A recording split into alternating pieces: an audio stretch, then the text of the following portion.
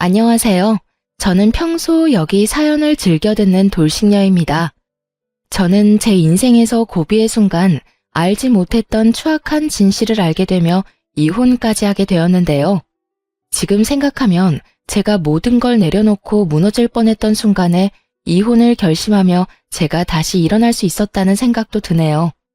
도대체 어떤 일이 있었길래 이렇게까지 말하나 싶으실 텐데 바로 저의 사연 시작해 볼게요. 저와 남편의 첫 만남은 엄마와 시모의 소개로 이루어지게 되었었어요. 엄마는 작게 카페를 운영하고 있었는데 거기에 자주 오는 손님이 시모였고 평소 가게에 혼자 커피를 마시러 온 시모가 비슷한 나이 또래 엄마와 많은 대화를 나누며 가까워졌다고 하더군요. 이런저런 이야기를 나누다 가까워진 두 사람은 자연스레 자식들 이야기도 나누었고 그러는 와중 비슷한 나이대의 자식이 있다는 것을 알게 되었던 것이었죠. 그렇게 마음이 맞았던 두 엄마는 자식들의 만남을 주선하게 되었어요. 양가 어머님들이 주선한 자리라 부담스럽기도 했지만 한편으론 다른 사람도 아닌 엄마가 주선한 자리이니 어느 정도 신뢰도가 있는 상태에서 남편을 만나게 되었어요. 막상 만나보니 남편은 제가 생각한 것보다 더욱 괜찮은 사람이더라고요. 말도 잘 통하고 소탈하기도 했고요. 그래서 전 남편과 진지하게 만나다 결혼까지 하게 되었습니다. 결혼 준비도 꽤 순탄했어요. 저희는 정확히 반반 결혼을 했는데 제가 그렇게 하자고 먼저 의견을 냈었죠. 저기, 자기만 괜찮으면 우리 반반 결혼하는 거 어때? 요즘은 남자라고 꼭 다 부담하는 것 같지도 않고 반반 결혼도 많이 한대. 자기가 그렇게 말해주면 나야 고맙지. 사실 나 혼자 집 마련하는 건 무리여서 집에 손을 벌려야 하는데 그건 좀 아닌 것 같아서 어떻게 해야 하나 싶었거든. 그랬어? 그런 고민이 있었으면 진작 말했어야지. 그러면 집은 반반으로 해서 공동명의로 하고 살림은 꼭 필요한 것만 사고 살면서 더 채워 넣는 걸로 하자. 알겠어. 고마워 자기야. 이런 저희의 의견을 양갓집에서도 찬성해 주셨고 그랬기에 보다 더 순탄한 결혼을 하게 되었어요. 짧은 설명을 더 해보자면 남편은 회사원이었고 저는 회사를 운영 중이었어요. 돌아가신 아빠가 차리신 회사였는데 자연스럽게 제가 물려받게 되었고 중요한 일은 엄마의 도움을 받으며 운영 중이었죠. 규모가 큰 편은 아니었지만 재무도 튼튼하고 매출도 꾸준해 회사 자체가 가진 재산이 꽤 되던 터라 돈 걱정은 없는 편이었습니다. 그 외에도 물려받은 건물이 있기도 했고 제가 투자해서 산 집도 2채 정도가 있었고요. 제 나이에 비해 가진 것이 조금 있는 편이라 남편과 결혼을 할 당시 재산에 대해 다 오픈해야 하나 고민이 되더라고요. 하지만 고민도 잠시 아무리 결혼을 했다고 해도 모든 걸 오픈할 필요가 없다고 생각했고 무엇보다 돈이 엮이면 아무리 좋은 사람이라도 하루아침에 다른 얼굴이 되어버리는 경우를 어릴 때부터 종종 봐왔던 터라 그저 작은 회사를 운영한다고만 알렸을 뿐 다른 이야기는 하지 않은 상태였어요. 제가 모든 것을 알려주지 않은 상태이니 당연히 시댁 사정에 대해서도 자세히 묻지 않았었고 그저 먹고 사는데 아무 문제 없다는 정도만 알고 있는 상태였습니다. 저뿐 아니라 남편 역시 시부는 돌아가시고 시모만 계셨던 터라 저는 저대로 시모에게 며느리로서의 도리를 남편은 남편대로 사위로서의 도리를 다하려고 노력하며 지냈죠. 서로가 배려하고 노력하니 당연히 큰 소리 날 일이 없었고 앞으로도 이렇게 서로 아끼고 산다면 행복한 날만 있을 거라 믿어 의심치 않는 날들이 지나가고 있었어요. 그러던 어느 날 회사에서 오래 일하던 회계팀 직원이 갑자기 그만두게 되어 전산이 꼬여 세금 계산이 잘못되는 일이 일어나고 말았어요. 그 덕에 세금이 누락되며 과징금을 지불하게 되었고 그 금액이 생각보다 커 엄마와 함께 회사에서 어떻게 해야 할지 상의를 하게 되었죠. 한참 머리를 맞대고 해결책을 논의하고 있는데 누가 노크를 하며 들어오더군요. 어머님, 여보, 오늘 늦는다고 해서 간식 좀 사왔어요. 이거 드시고 하세요. 당신도 이것 좀 먹고 해. 그 사람은 다름 아닌 남편이었고 양손 가득 엄마와 제가 좋아하는 먹을거리를 사들고 왔더라고요. 갑작스러운 남편의 등장에 당황한 엄마와 저는 급하게 서류를 치웠지만 이미 늦은 것 같더군요. 남편은 서류에 적힌 큰 금액에 대해 아무 말도 하지 않긴 했지만 눈치를 보아하니 많이 놀란 눈치였으니까요. 우와, 이게 다 뭐야? 다 나랑 엄마가 좋아하는 거네. 어떻게 이렇게 우리가 좋아하는 것만 딱딱 골라서 사왔대? 우리 남편 대단한데? 그러게, 우리 사위가 이렇게 내 취향을 잘 알고 있는지는 몰랐는걸. 고마워, 사위. 잘 먹을게. 우리 사위 덕분에 내 입이 행복하겠어. 엄마와 전 남편의 눈치를 살피며 어색한 분위기를 바꾸려고 노력했고, 남편 역시 이런 저희의 의도를 눈치챘는지 엄마와 제가 이끄는 분위기대로 따라와 주더군요. 에이, 장모님, 그렇게까지 띄워주시면 저 오늘 잠 못 잡니다. 다음엔 제가 더 맛있는 걸로 대접할 테니까 시간만 좀 내주세요. 우리 장모님 너무 바쁘셔서 식사 대접 한 번 하는 게 힘드네요. 알겠어. 이번에 급한 일만 처리하고 나면 데이트 한번 해. 네, 장모님. 그러면 저는 먼저 가볼게요. 여보, 빨리 마무리하고 와. 나 집에서 기다릴게. 남편은 먼저 집으로 돌아갔고 저흰 하던 이야기를 마무리 지었어요. 그렇게 일을 마무리하고 집으로 돌아가니 남편이 저에게 할 말이 있다며 저를 빤히 바라보더군요. 저는 무슨 말인가 싶어 남편의 눈을 마주하며 앉아 있었고 한참을 망설이던 남편이 이렇게 말했어요. 여보, 사실 아까 나 다 봤어. 아, 그래? 다 봤구나. 별거 아니야. 걱정할 필요 없는 일이니까 당신은 걱정하지 않아도 돼. 이번에 오래 있던 직원분이 그만두면서 일이 좀 꼬여서 가진금을 좀 내게 됐는데 오늘 잘 해결했으니까 걱정하지 마. 전 혹시나 남편이 걱정할까 싶어 최대한 빨리 상황에 대해서 설명하며 안심시켜주려 노력했어요. 그래? 그렇다면 다행이네. 그런데 도대체 당신 회사 규모가 어느 정도길래 세금을 그만큼이나 내는 거야? 아까 당신이랑 장모님이랑 숨기고 싶어 하는 것 같아서 티는 못 냈는데 내심 깜짝 놀랐어. 금액이 너무 커서 말이야. 아, 이번만 그래, 이번만. 앞으로 더 열심히 해야지. 우리 마누라 능력 좋은 건 알았지만 생각보다 더 굉장한 사람이었네. 내가 더 잘해야겠어. 우리 마누라 밖에 나가서 훨훨 날아다닐 수 있게. 참나, 말 예쁘게 하는 것 좀 봐. 내가 당신 때문에 웃고 살아. 나라고 뭐 다른 줄 알아? 나도 당신 때문에 웃고 살아. 저 때문에 웃고 산다는 그 말. 지금 생각해보니 틀린 말도 아니네요. 남편 놈은 제가 생각지도 못한 계획을 세우며 뒤에서 추악한 웃음을 짓고 있었을 테니까요. 하여튼 남편은 이날도 제 회사, 제 재산에 대해 자세히 묻지도 따지지도 않았고 내심 전 이렇게 넘어가게 되어 다행이다 싶었어요.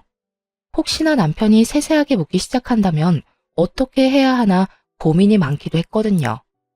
어찌되었든 곤란한 상황을 잘 넘긴 이후 남편은 제가 회사 일로 신경 쓸 일이 많다고 생각했는지 저를 대신해 친정엄마를 더 많이 챙겨주기 시작하더군요. 제가 늦는 날엔 엄마와 함께 밥을 먹고 오기도 했고 병원을 모시고 다니기도 하고요. 그런 남편의 모습을 보며 저와 엄마는 더욱 남편에게 마음을 더욱 열고 있는 중이었죠. 그렇게 몇 달이 지나 회사는 다시 안정권에 들어 운영되고 있었고 마침 시모의 생일이라 시모가 가고 싶다던 식당에서 식사를 대접하고 있었어요. 어머님, 생신 축하드려요. 이건 용돈이에요. 약소하지만 가지고 계시다가 필요하실 때 쓰세요. 어머나, 이렇게나 많이는 필요 없는데. 일단 주는 거니까 고맙게 받으마. 다음 생일부턴 이런 거 필요 없으니까 그냥 빈손으로 오렴.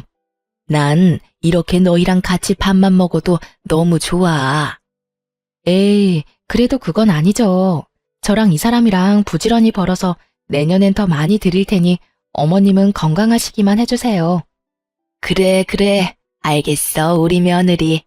말도 어쩌면 이렇게 예쁘게 하는지. 요즘 내가 우리 며느리 생각하면 밥을 안 먹어도 배가 다 부르다니까. 주고받는 덕담의 식사 자리 내내 웃음이 끊기지 않았어요. 그렇게 좋은 분위기 속에서 밥을 먹고 있는데 엄마에게서 전화가 오더군요. 시모의 생일이라 시모와 시간을 보내고 있다는 것을 엄마도 알고 있을 텐데 그럼에도 불구하고 전화가 오니 심장이 덜컹하며 불안해지더라고요. 그래서 전 시모에게 양해를 구하고 전화를 받았고 수화기 너머에서 들려오는 것은 익숙한 엄마의 목소리가 아닌 낯선 남자의 다급한 목소리였어요. 이 휴대전화 주인 따님분 맞으신가요? 네, 맞는데 누구시죠? 지금 어머님께서 사고가 크게 나 병원으로 이송 중이세요. 지금 의식이 너무 약해서 빨리 병원으로 와주셔야 할 것 같아요. 저희가 지금 땡땡 병원으로 이송 중이니 그리로 오시면 될 것 같습니다. 전화를 받자마자 저와 남편 그리고 시모까지 병원으로 급하게 갔지만 이미 엄마는 세상을 떠난 뒤였습니다. 처음엔 눈물도 나지 않더군요. 그 모든 상황이 꿈만 같았어요.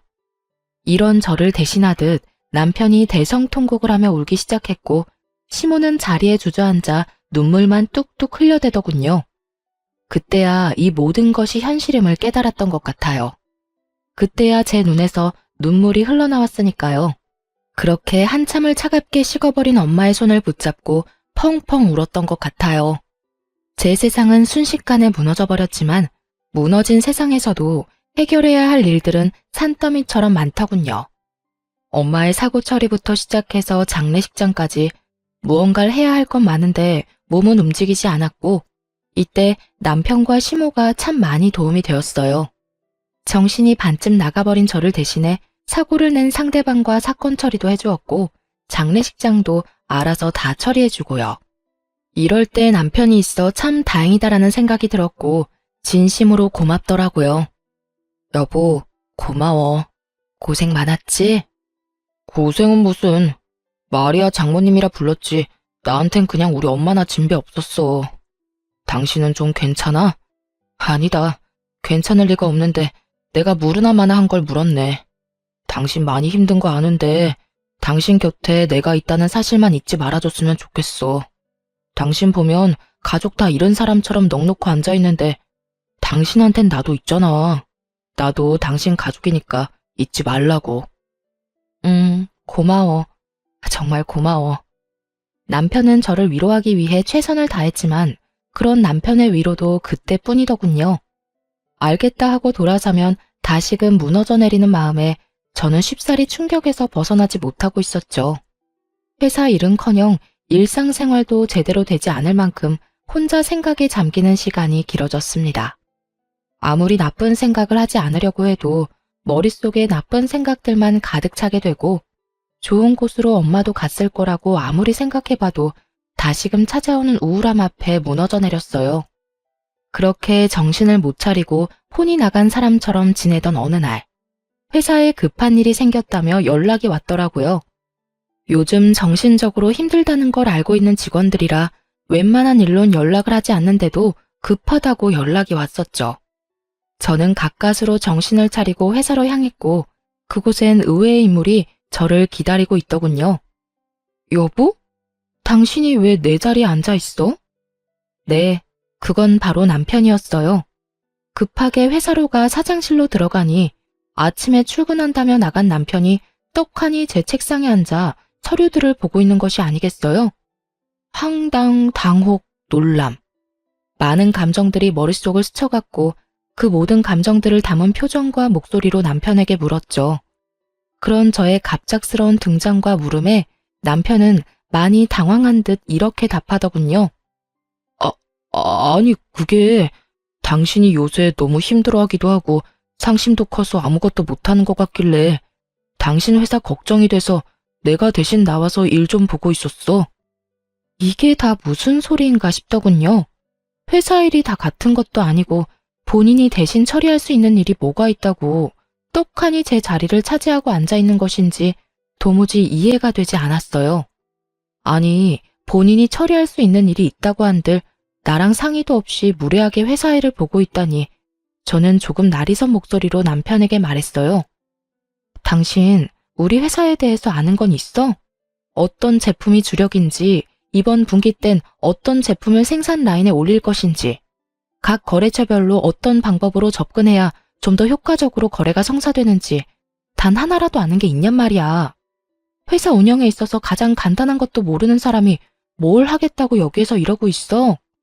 당신이 이러고 있으면 직원들이 불편할 거란 생각은 안 해봤어? 넌 그저 혹시나 도움될 만한 게 있을까 해서 그랬지.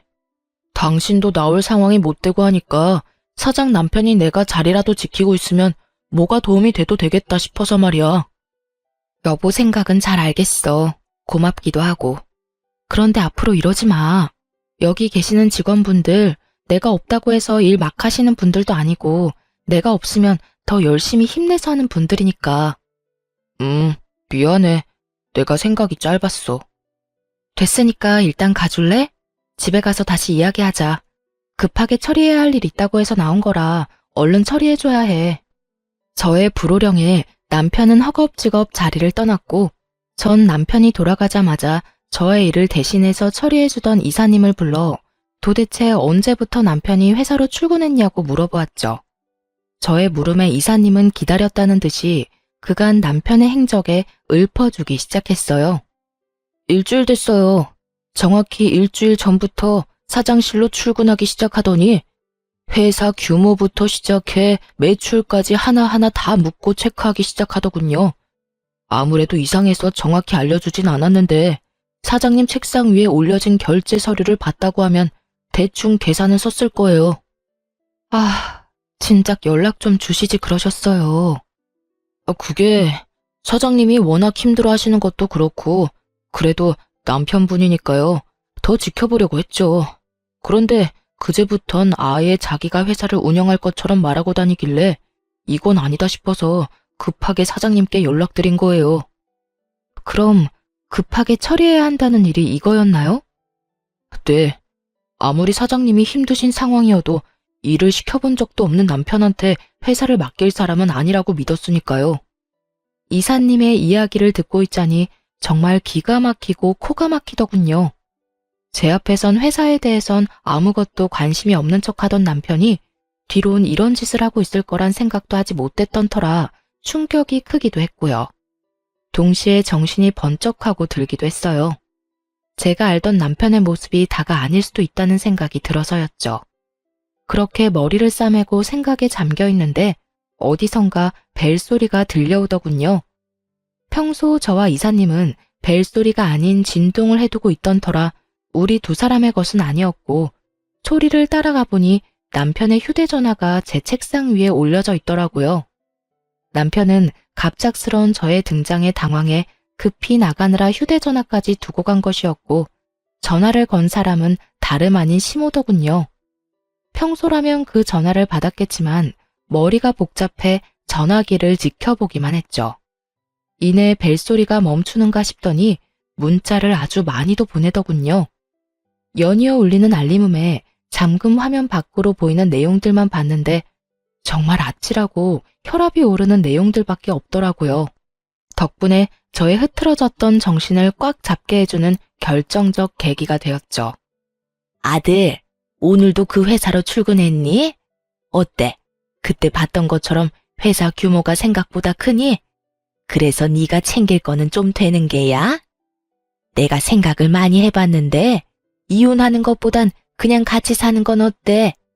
아무래도 재산 분배하는 것보단 네가 계속 같이 살면서 그 재산 다 네 거 만드는 게 더 좋을 것 같아서 말이야. 죽은 장모 재산도 꽤 많다며. 잘 생각해 아들. 같이 살 섞고 살다 보면 정도 들고 그러는 거야. 그깟 사랑이 뭐라고 그 많은 재산 놓치려고 하니? 지금 한번 눈 딱 감으면 너 한평생 돈 걱정 없이 사는 거라고. 이게 무슨 상황인지 이해하는데 많은 시간이 걸리진 않았어요. 너무 뻔한 스토리였으니까요. 제가 정신을 차리지 못하는 사이 남편은 제 회사로 출퇴근을 하며 회사에 대해 알아봤을 테고 책상 위에 쌓인 서류들을 보아하니 돌아가신 엄마의 유산 목록도 있더군요. 값이 좀 되는 건물에 형광 펜칠에 별표까지 쳐댄 걸 보아하니 그 건물은 꼭 가지고 싶은 남편의 속마음도 알 수가 있었죠. 혹시나 하는 마음에 남편과 시모에 대해 확인할 수 있는 건 모두 확인했어요. 잠자는 사이 남편의 지문으로 휴대폰을 열어 문자 내역을 열어봤죠. 남편 놈이 멍청한 것인지 생각이 없는 것인지 그간 시모와 나눴던 대화들은 하나도 지우지 않았더군요.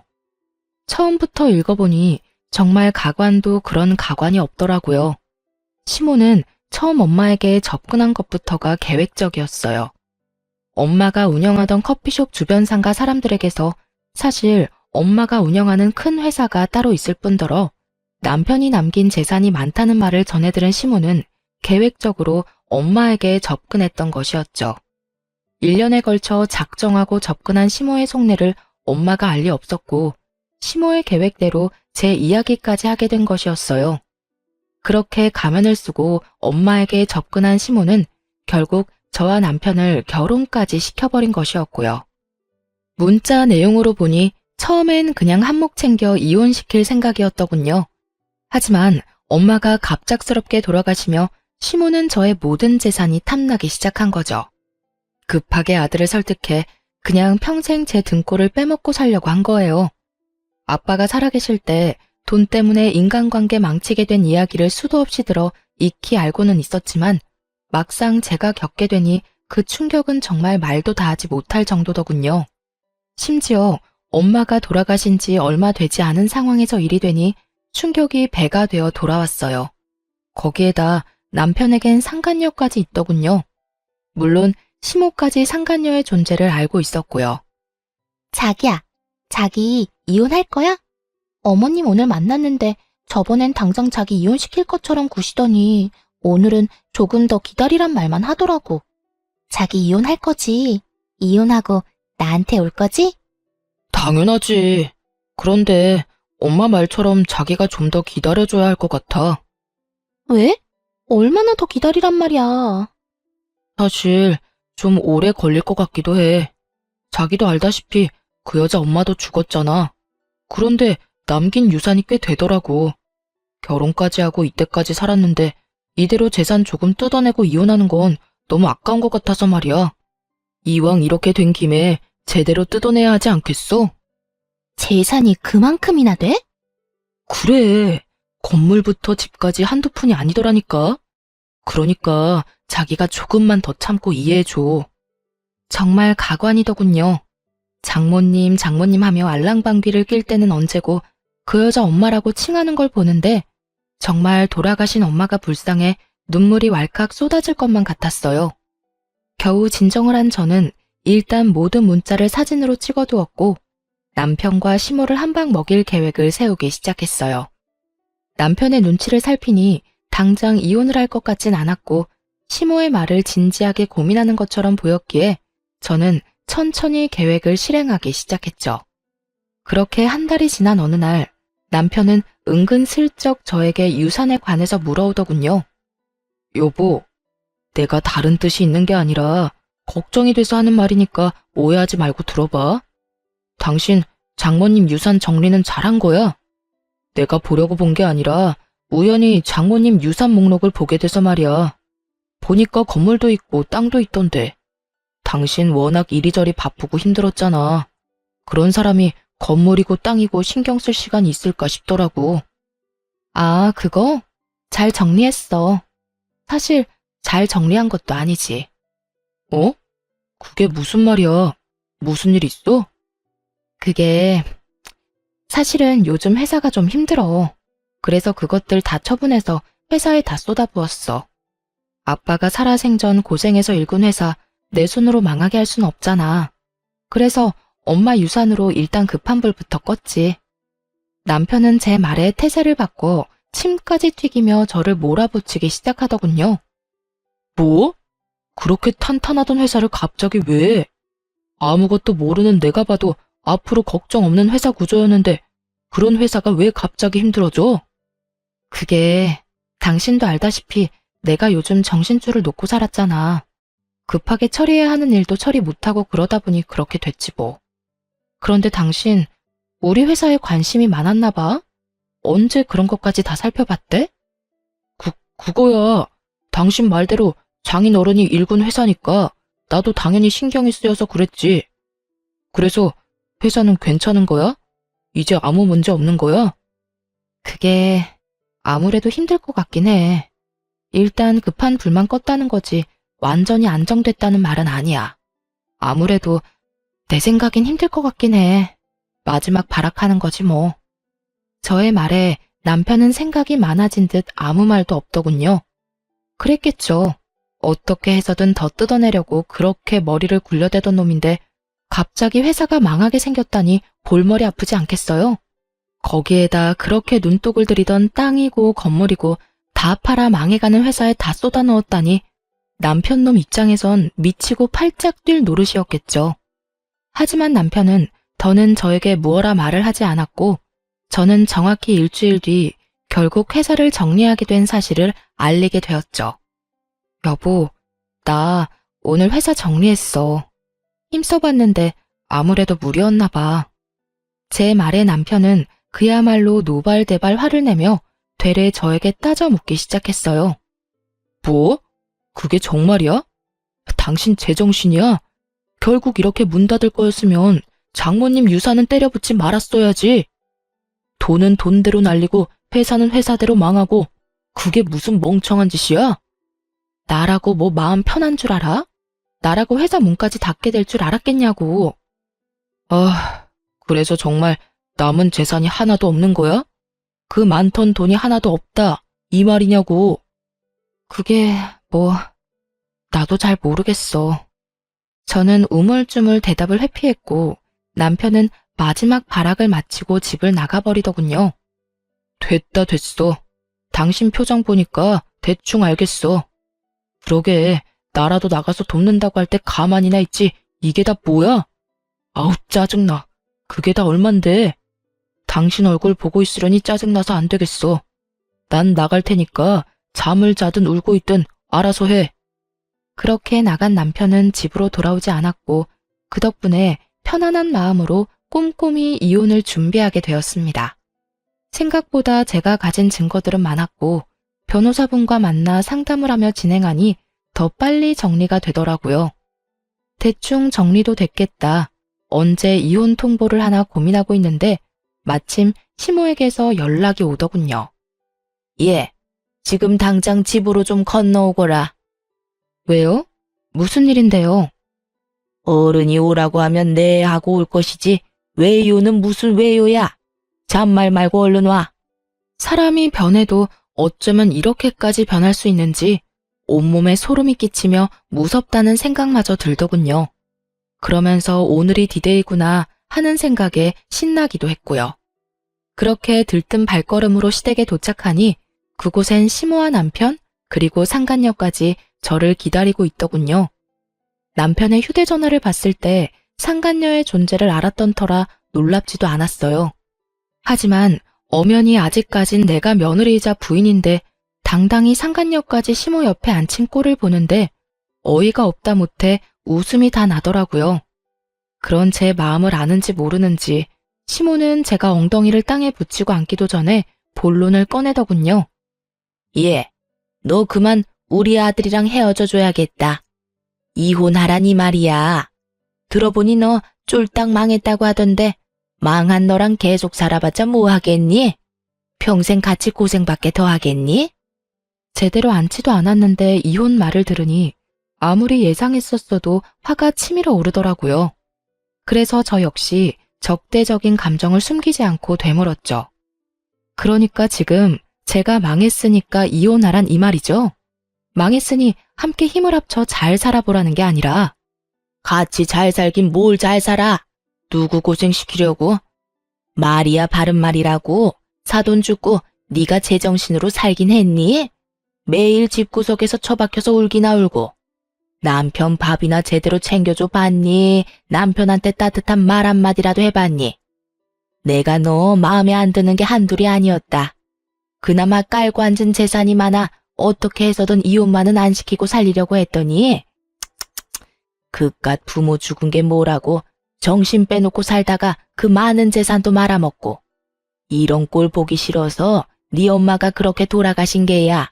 너 회사 말아먹는 꼴 보기 싫어서. 이게 무슨 미친 소리인가 싶더군요.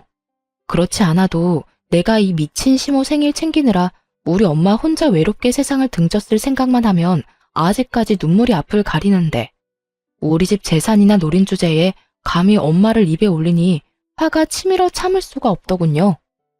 말이 좀 심하네요. 아무리 상황이 이렇다고 한들 돌아가신 저희 엄마 이야기를 그딴 식으로 하는 건 아니죠. 이것 봐라. 사사건건 말대꾸하는 것도 모자라 감히 시어미를 그런 식으로 노려보는 거. 네가 그딴 식으로 구니 내가 널 예뻐할 수나 있겠니? 돈 줄 땐 예뻐 죽겠다고 이런 복덩이가 없다고 하더니 망했다는 말 들으니까 제가 미워 죽겠나 봐요? 왜? 눈에 가시 같진 않으시나요? 왜 아니겠니? 너 보고 있으면 눈이 콕콕 쑤시는 게 찝찝하고 기분까지 나빠져 온다. 그러니까 얼른 이혼한다는 대답이나 내놓고 썩 꺼지거라. 온 김에 여기 서류에 도장까지 찍어주면 더 좋고.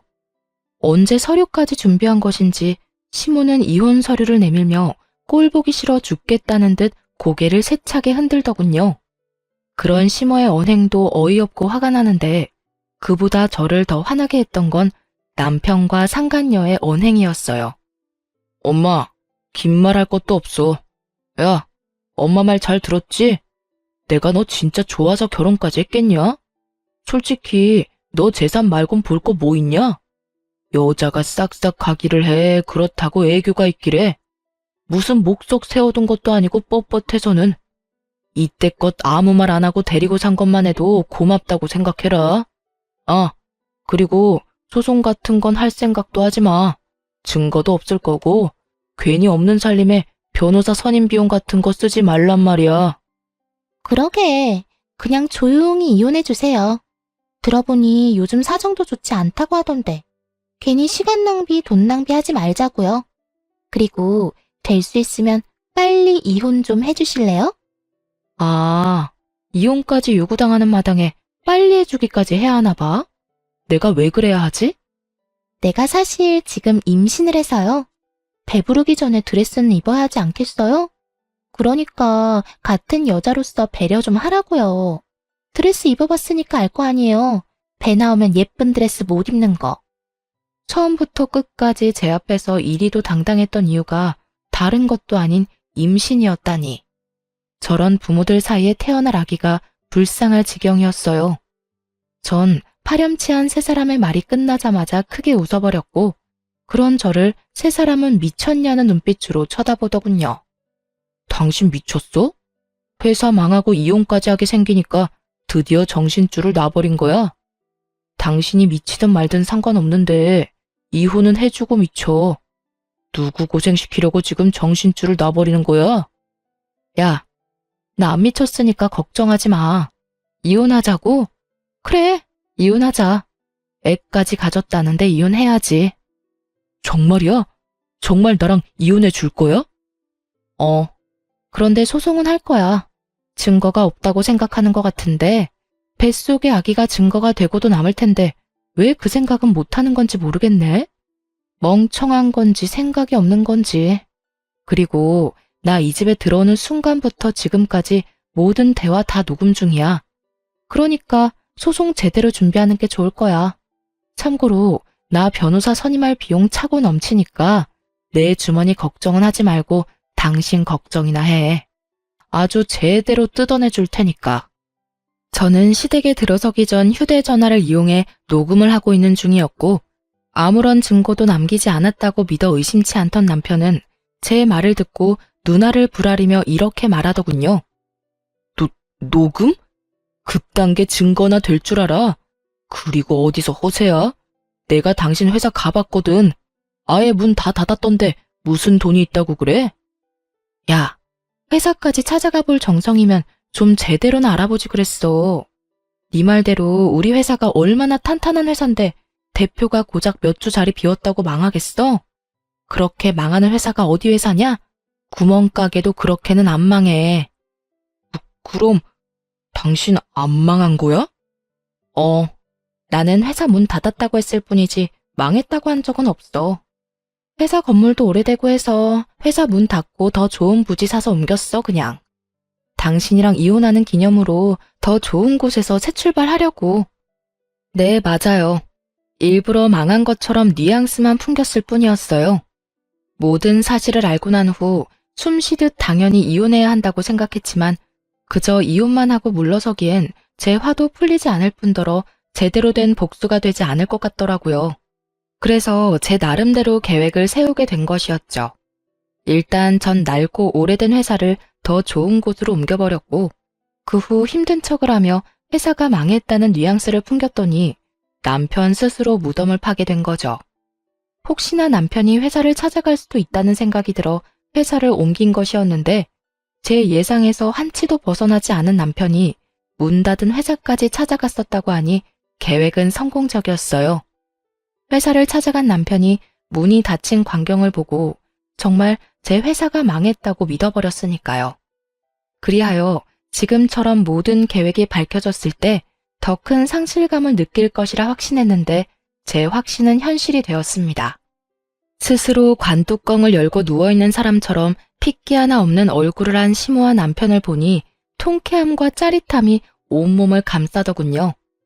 두 사람은 말이 없었고 상간녀 역시 상황 파악이 된 듯 아까 그 당당한 기색은 온데간데 없이 사라지고 눈치만 살피기 시작하더군요. 할 말이 있으면 해보라는 눈빛을 보냈고 상간녀는 기다렸다는 듯 이렇게 말하더군요. 사실은 저 남자하고 아무 관계도 아니에요. 그냥 오늘 하루 와서 만나는 척하면서 임신했다는 거짓말만 좀 해달라고 부탁해서 온 거라고요. 아, 그러니까 다 거짓말이라고? 임신한 것도 다? 네, 정말 저는 아무 관계도 아니고 다 거짓말이었어요. 그러니까 저한테 소송 같은 건 안 하시면 안 될까요? 상간녀는 제발 소송만은 하지 말아달라며 무릎 꿇고 울고불고 빌기 시작하더군요. 제가 남편의 휴대전화에서 본 것이 다 있는데 입에 침도 바르지 않고 거짓말을 하는 꼴을 보아하니 상간녀 역시 인간 되긴 글렀다는 생각이 들더라고요. 야, 내가 널 몰랐을 것 같아? 너네 둘 만나는 사이라는 거 진작에 다 알고 있었어. 네?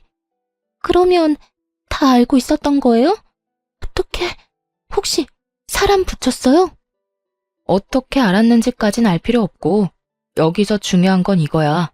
내가 다 알고 있다. 그러니까 난 상간녀 소송을 무조건 할 거다. 그러니 넌 소송할 준비와 함께 위자료를 준비하면 된다. 알겠니? 너도 들었으니까 알지? 나 돈 많은 거.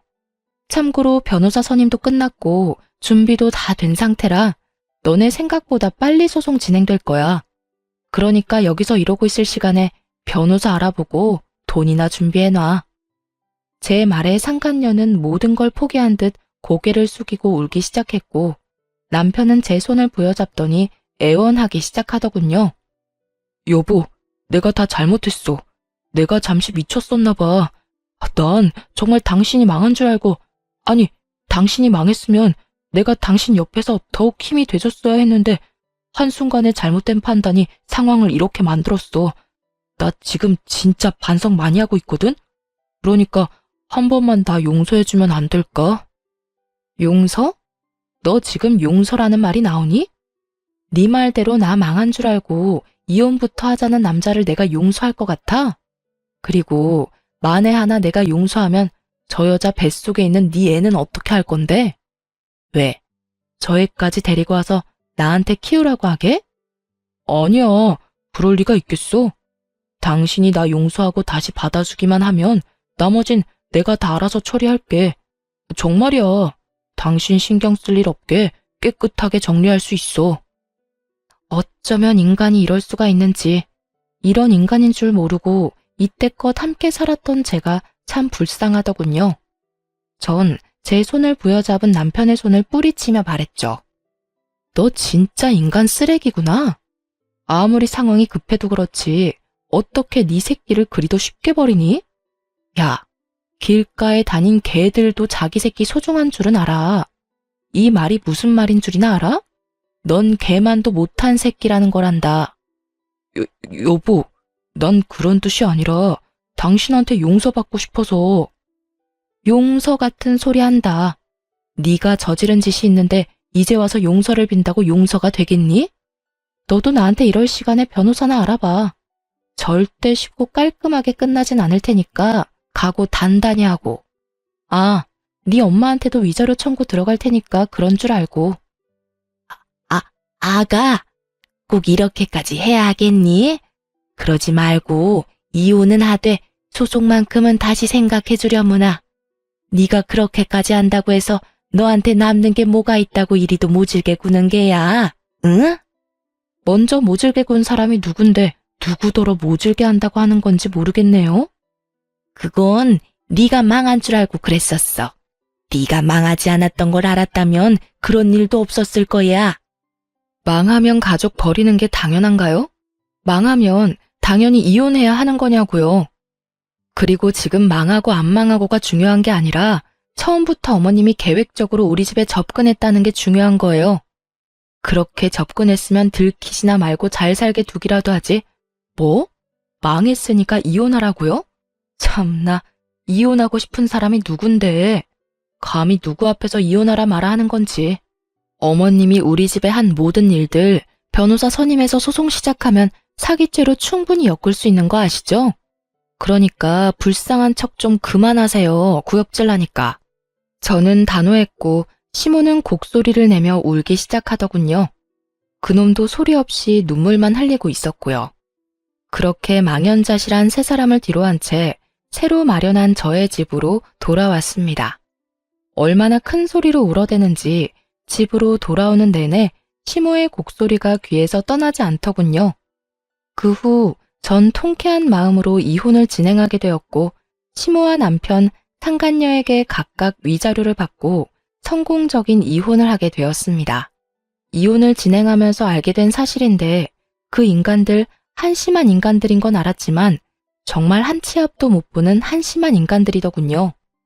그나마 가진 돈이 조금이라도 있는 줄 알았던 전 시댁은 제 생각보다 더 가진 것이 없었고 그마저도 저의 재산을 뜯어갈 행복한 꿈에 젖어 어지간히 펑펑 쓰고 다닌 모양이더라고요. 재산 목록을 살펴보는데 가진 건 아무것도 없는 알거지에다가 담보대출은 또 얼마나 들어있던지, 위자료를 마련하려면 얼마 되지도 않는 집을 파는 것은 물론 빚까지 내야만 하는 지경이었어요. 거기에다 상간녀는 어떻고요? 상간녀 역시 가진 것 없는 여자에다가 어디 도움 구할 곳도 변변치 않아 보였어요. 가진 것 없이 빚만 가득한 세 사람의 조합이라 그 앞날이 제 눈에만 뻔한 건 아니겠죠? 아, 얼마나 힘들었으면 전 남편이 저에게 이런 부탁까지 해오더군요. 여보, 당신 돈 많잖아. 그래서 하는 말인데 위자료 그냥 안 받으면 안 될까? 내가 왜 네 부탁을 들어줘야 하는데? 돈이 많아서? 이거 왜 이래? 돈이 많든 적든 돈 좋아하는 건 다 똑같아. 나 진짜 힘들어서 그래. 엄마도 가진 돈도 없고 그 여자도 마찬가지고. 사실상 내가 세 사람 위자료를 다 감당해야 하는데 당신도 잘 알잖아. 나 그 정도 능력은 안 되는 거. 그러니까 많이 가진 당신이 못 가진 사람 배려한다고 생각하고 부탁 좀 들어줘. 응? 배려 같은 소리 한다. 배려도 받을 자격이 있는 사람에게나 주어지는 거야. 알겠니? 어디 내 앞에서 양심도 없이 배려 타령이야, 배려 타령이. 헛소리 하지 말고 위자료나 내놔. 한 푼도 빼지 말고 다 내놔야 할 거야. 지금 생각해도 참 황당한데 정말 저런 부탁을 해오더라고요. 양심은 도대체 어디에 팔아먹은 건지 그 얼굴 철판 참 두껍다고 생각했네요. 그러게 그냥 아무것도 욕심내지 않고 잘 살기만 했더라도 제가 누리는 모든 것을 함께 누리고 살며 최소한 돈 걱정은 하지 않고 살았을 텐데 그놈의 욕심과 못된 심보가 자기 팔자 잘 꼬아준 거 아니겠어요? 그 덕에 전 재활용도 안 되는 인간 쓰레기를 잘 버릴 수 있었지만요. 저는 이혼을 마치고 정신 똑바로 차리고 다시 회사에 복귀했어요. 여전히 부모님을 생각하며 막연히 눈물을 흘리곤 하지만 예전처럼 감당하지 못할 정도의 슬픔 때문에 일상생활이 불가능할 정도는 아니에요. 거기에다 저 연애를 하고 있어요. 제 연애 상대는 다름 아닌 사연 중간에 등장했던 저희 회사 이사님이신데요. 회사를 진심으로 아껴주던 이사님과 요즘 진지하게 만나는 중이에요. 10년을 알고 지낸 이사님은 제가 유일하게 믿는 사람으로서 저에게 많은 도움을 주기도 하고 많은 마음을 쏟아주며 제가 큰일을 겪고도 오롯이 우뚝 설 수 있도록 많은 사랑을 주신 분이에요.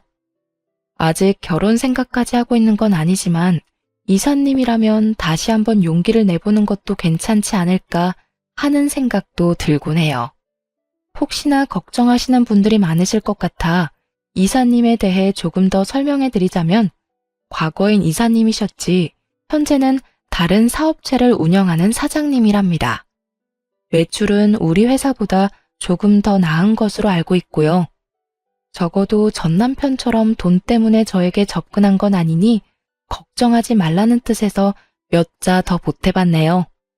하여튼 전 지금까지 그래왔듯이 부모님이 잘 키워서 물려주신 회사를 위해 노력할 것이고 무엇보다 제 행복을 위해 끊임없이 노력하며 살아가 보려고요. 제가 행복해야 하늘에 계신 부모님도 행복하실 거라 믿어 의심치 않으니까요. 다들 이런 저 응원해 주실 거죠? 이로써 저의 긴 사연도 끝이 났네요. 저의 길고도 길었던 사연 함께 해주셔서 감사합니다. 모두 행복하세요.